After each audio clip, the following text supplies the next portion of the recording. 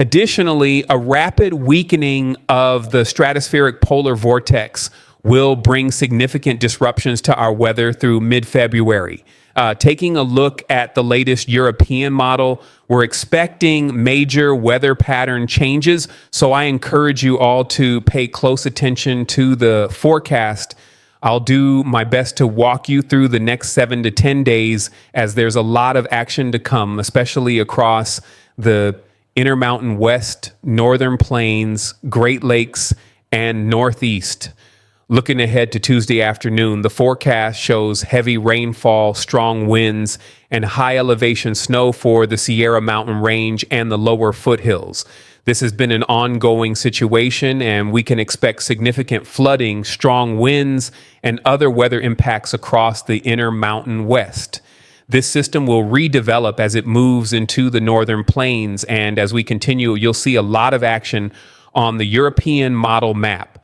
Please stay alert as multiple snowstorms and ice storms will impact these areas. For Tuesday afternoon, California will experience heavy rainfall and significant snow in the higher elevations, with strong winds continuing as a secondary atmospheric river moves overhead. This will result in substantial rainfall totals, potentially reaching up to a foot or more in some locations like Lassen Park. Higher elevations could see several feet of snow, potentially up to 8 feet in the Sierra Mountain Range. This system will redevelop as it moves eastward by Wednesday. By Wednesday afternoon, the surface low will move over the Dakotas and Nebraska, bringing ice accumulation to areas like Iowa, northern Illinois, and northern Indiana. Ice will be a major concern as we move into Wednesday night and early Thursday morning, especially as shown by the pink on the European model map.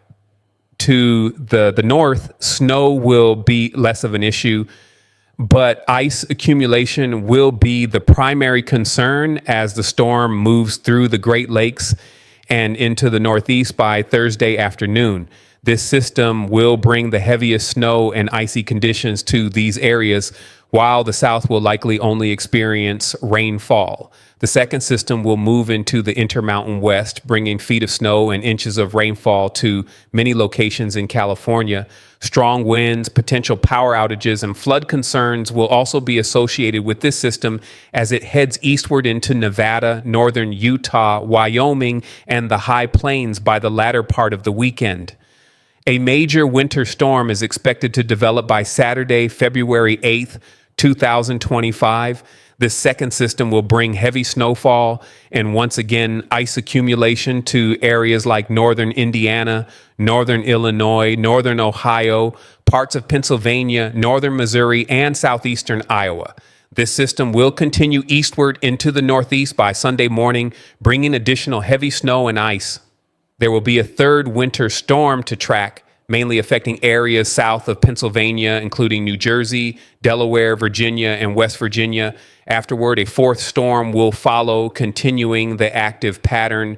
The Pacific Northwest and Northern California will also see more rain and snow, but the most significant impacts will be across the Midwest, Mid-Atlantic, Great Lakes, and Northeast. Looking ahead to Wednesday morning, February 12th, the forecast shows heavy snow for Kentucky, West Virginia, Virginia, and parts of North Carolina, with the potential for freezing rain and snow. The exact details may shift as warmer air could reduce snow and ice impacts, but significant effects are still possible. Finally, by February 14th, there will be another storm, though it may not be as impactful as the others. Most of the snow will fall in higher latitudes, but another winter storm will continue to develop according to the European model. The Euro model is being pretty aggressive on this, and it looks like the storms will move through before we need to watch for more snow towards the end of the forecast. Basically, from the middle of February through the 14th and 15th, we can expect multiple snowstorms, storm after storm, like a train of winter storms. After that, much colder air will move in again. There's evidence suggesting we'll return to the pattern we experienced in early to mid-January, with another polar vortex sinking southward into the Midwest and northern plains. The GFS model isn't quite as aggressive as the European model, but it still shows some significant impacts. My job in this video is to make sure you're prepared for any intense winter storm that may develop. Let's go ahead and take a look at what's coming. The storm for Northern California will swing through over the next couple of days. Even into Wednesday, we'll get a brief break on Wednesday night and Thursday, at least for California, before another winter storm comes in. According to the GFS model, ice accumulation on Thursday will be less significant, but there will be a more significant impact in Pennsylvania and New York City. Yes, a very populated area where snow may mix with freezing rain before transitioning back to snow once cooler air arrives. The Intermountain West will see more snow coming into Idaho, Montana, Oregon, and Northern California. By this point, the second system will have already moved through, and the region will experience intermittent snow showers through Saturday morning. In the Northeast, not much will happen in the Great Lakes region, but the next snowstorm will be significant in West Virginia and portions of Maryland and Delaware. This system will be one to watch closely to see how far north the snow and moisture extend, as it could bring more impacts to the north. Looking ahead, there may be a more impactful system by the following Tuesday, February 11th and 12th. So we'll need to monitor that closely. By Wednesday afternoon, February 12th, heavy snowfall will likely affect New York and Pennsylvania, bringing significant snow accumulations as that system rolls through. Another winter storm will follow, though it won't be as impactful as the others, but it will still bring snow to the affected areas. After that, we could see another heavy winter storm move from the Pacific Northwest into the high plains, though this is still a bit far out to confirm. Now let's talk about the forecast. There will be a lot of snow, rain, and ice over the next few weeks. We're looking at multiple snowstorms, and while I won't go into specific totals just yet, the European ensemble model gives us an average of possible outcomes. The ensemble shows heavy snow over the Northeast, with New York City potentially seeing 12 to 18 inches, and some higher elevations of New York, Vermont, and New Hampshire possibly receiving a couple of feet of snow in the next couple of weeks. The Intermountain West will definitely see a lot of snow, at least through the weekend into Saturday. For areas to the south where it's warmer, rainfall will be the main concern. Expect a wet pattern across the southeast, deep south, and mid-Atlantic, with anywhere from 2 to 6 inches of rainfall expected over the next 2 weeks, according to the European ensemble forecast. California will take the lead with the most rainfall, possibly up to 16 inches over the next couple of weeks, including the Pacific Northwest and portions of Idaho and Montana, where it will likely fall as snow because it will be cold enough. Looking at the precipitation anomaly, we see above average snowfall in areas like Idaho, Montana, and Oregon, with above average rainfall expected across parts of California, Nevada, and Georgia. Some regions may have near normal precipitation values, including parts of Texas and Minnesota. Finally, we're expecting more frequent snowstorms than usual, particularly the further north you go. The European model is showing a concerning trend over the next 5 to 7 days, with the potential for significant ice accumulations, particularly in densely populated areas like Chicago, Detroit, northern Indiana, and Toledo, Ohio. Some regions could see between a tenth and half an inch of ice accumulation, with areas like Pennsylvania and New York experiencing between 0.05 and 0.25 inches of ice.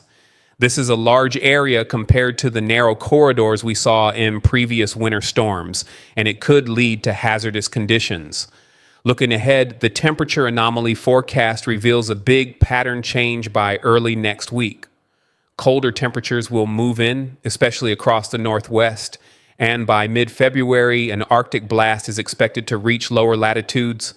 This could cause temperatures to be 20 to 30 degrees below average, particularly in the high plains and even further south. This cold air will likely be tied to a weak polar vortex, as the stratospheric flow is expected to break down, allowing some of the coldest air of the winter to spill into the lower 48. The polar vortex, which is currently stable and elongated, will split early next week. One lobe will move into Hudson Bay and another into Siberia.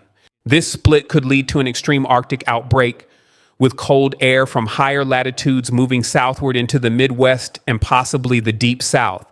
The sudden stratospheric warming event over Alaska, coinciding with a 500 millibar ridge, could further strengthen this cold outbreak, and the polar vortex may remerge over Hudson Bay, enhancing the potential for colder weather in the U.S.